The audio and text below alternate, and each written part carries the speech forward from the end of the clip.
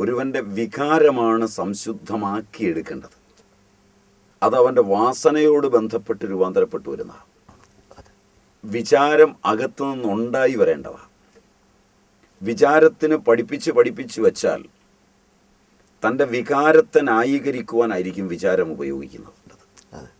എല്ലാവരും തങ്ങളുടെ മതത്തെയും തങ്ങളുടെ ജാതിയെയും തങ്ങളുടെ പ്രസ്ഥാനത്തെയും തങ്ങൾ നിലകൊള്ളുന്നതിനെയും രക്ഷിക്കുവാനുള്ള വെമ്പലാണ് കാണിച്ചത് എന്ന് അതിനൊരു ഉദാഹരണം ഞാൻ പറയാം. വിവേക ചൂടാമണികാരൻ പറയുന്ന ഒരു കാര്യമുണ്ട്. വിവേക ചൂടാമണി ശങ്കരൻ്റെതാണ്. ശ്രീശങ്കരൻ പറയുന്നത് ഗൗഡപാദൻ്റെ ശിഷ്യനായ ഗോവിന്ദപാദരുടെ ശിഷ്യനായ തനിക്ക് ആ ഗോവിന്ദപാദ മഹാശയൻ്റെ കരസ്പർശം കൊണ്ട് പോലും മുക്തി കിട്ടുമെന്ന് പറയുന്ന തരത്തിലേക്ക് ഉയർന്നു പറയുന്നതായിട്ട് അതിനകത്തുണ്ട്. പക്ഷെ ഇത്തരൊരു സന്ദർഭത്തിൽ ഇങ്ങനെ പ്രശ്നങ്ങൾ ഉണ്ടായിരിക്കുന്ന ഒരു സമയത്ത് അതിൻ്റെ വൈകാരികതയിൽ നിൽക്കുമ്പോൾ ഞാൻ അത്തരം സിദ്ധനോ അത്തരം ആളോ അല്ല എന്ന് മാത്രം ഉദ്ദേശിച്ച് പറയാൻ തുടങ്ങുമ്പോൾ ലോകോത്തരനായ ഒരു സ്വാമിജി, ഞാൻ പേര് പറയുന്നില്ല, ലോകോത്തരനായ ഒരു സ്വാമിജിയുടെ അടുക്കൽ ഒരു കുട്ടിയെ കൊണ്ടുപോയിട്ട് നമസ്കരിച്ച് കഴിഞ്ഞ് സ്വാമിജി തലയെ കൈവച്ചൊന്ന് അനുഗ്രഹിക്കണം എന്ന് പറഞ്ഞപ്പോൾ അദ്ദേഹം പറഞ്ഞു, അവൻ്റെ തലയിലെ എണ്ണ എൻ്റെ കയ്യിൽ പറ്റുകയുള്ളൂ, വേറെ പ്രയോജനമൊന്നുമില്ല ഇതിൽ എന്ന് പറഞ്ഞു എന്ന് ഒരു വാചകം എടുത്തു പറഞ്ഞ് കുറേ ആളുകളുടെ മുമ്പിൽ രക്ഷപ്പെടുന്നതായി കണ്ടു. കാരണം ഇത്തരൊരു അവസ്ഥ വരുമ്പോൾ എല്ലാവരും അനുഗ്രഹത്തിന് പ്രയോജനമില്ല, മറ്റുള്ളവരില്ല. പക്ഷേ അതിൻ്റെ മറുപുറം വേറൊന്നുണ്ട്. ഈ സംഭവങ്ങളൊക്കെ ഉണ്ടാകുമ്പോഴും സന്തോഷ് മാധവൻ എന്ന വ്യക്തിയോട് ബന്ധപ്പെട്ടവരെല്ലാം അവർക്ക് സന്തോഷ് മാധവൻ്റെ പ്രവചനങ്ങൾ പ്രയോജനപ്പെട്ടു എന്ന് പറഞ്ഞതായാണ് പത്രങ്ങളൊക്കെ വാർത്ത കൊണ്ടുവന്നത്.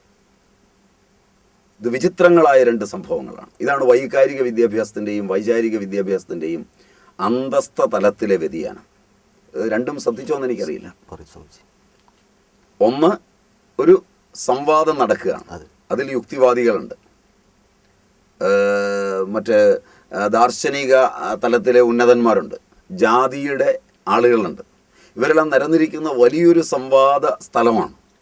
അതിൽ കേരളത്തിൽ നിന്ന് അറിയപ്പെടുന്ന ഒരു വ്യക്തി, കേരളത്തിലെ ചെറിയ ആളൊന്നുമല്ല, ഒട്ടേറെ ആധ്യാത്മിക തലങ്ങളിലേക്ക് ഉയർന്ന ഒരു വ്യക്തി ആണ് പറഞ്ഞത്.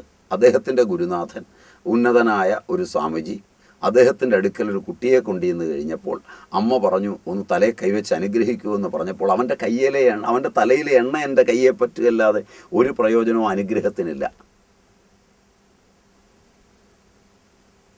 മനസ്സിലായി എന്ന് പറഞ്ഞു കഴിയുമ്പോൾ ഇത് ഇപ്പുറത്ത് പറയുന്ന സ്ഥലത്ത് ഇതിൻ്റെ മറുപടി ഇത് പറയുമ്പോൾ വേറെ കുറേ വ്യക്തികളോടും അനുഗ്രഹിക്കുന്നവരോടും സിദ്ധന്മാരോടുമുള്ള ഒരു എതിർപ്പ് പ്രകടിപ്പിക്കണമെന്നൊരു വൈകാരികതയല്ലാതെ ശുദ്ധമായ തലത്തിൽ ശുദ്ധീകരിച്ചൊരു വൈകാരിക വിദ്യാഭ്യാസത്തിൻ്റെ വെളിപാടായി പറഞ്ഞുകൂടാ.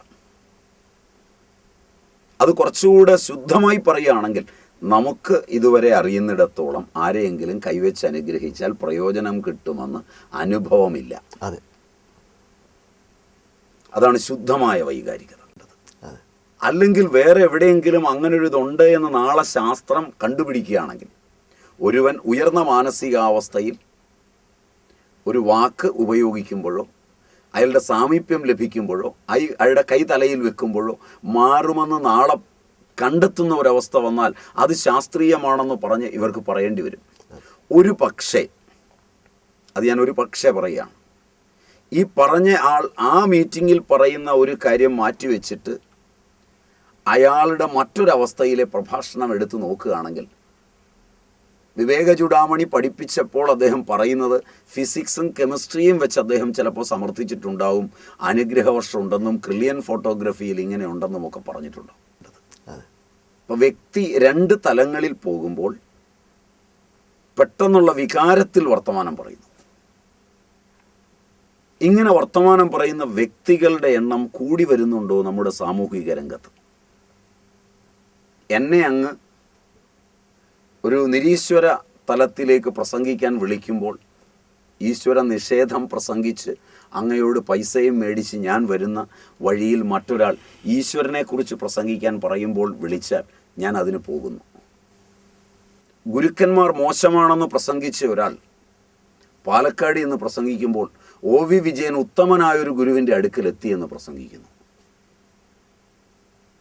ഗുരുക്കന്മാരെല്ലാം തട്ടിപ്പുകാരാണ് എന്ന്, സന്യാസമയ തട്ടിപ്പാണെന്ന് പറഞ്ഞ സ്ഥലത്ത് OV വിജയൻ ഉത്തമമായ സന്യാസത്തിൻ്റെ ഒരു തലത്തിൽ ചെന്നു വീഴുമെന്നും പറയുമ്പോൾ എല്ലാവരും തട്ടിപ്പാണെന്ന് ആദ്യത്തതിനെ രണ്ടാമത്തത് നിഷേധിക്കുന്നു. ഒന്നുകിൽ അത് ദക്ഷിണയ്ക്ക്, അല്ലെങ്കിൽ കൂട്ടായ്മയ്ക്ക്.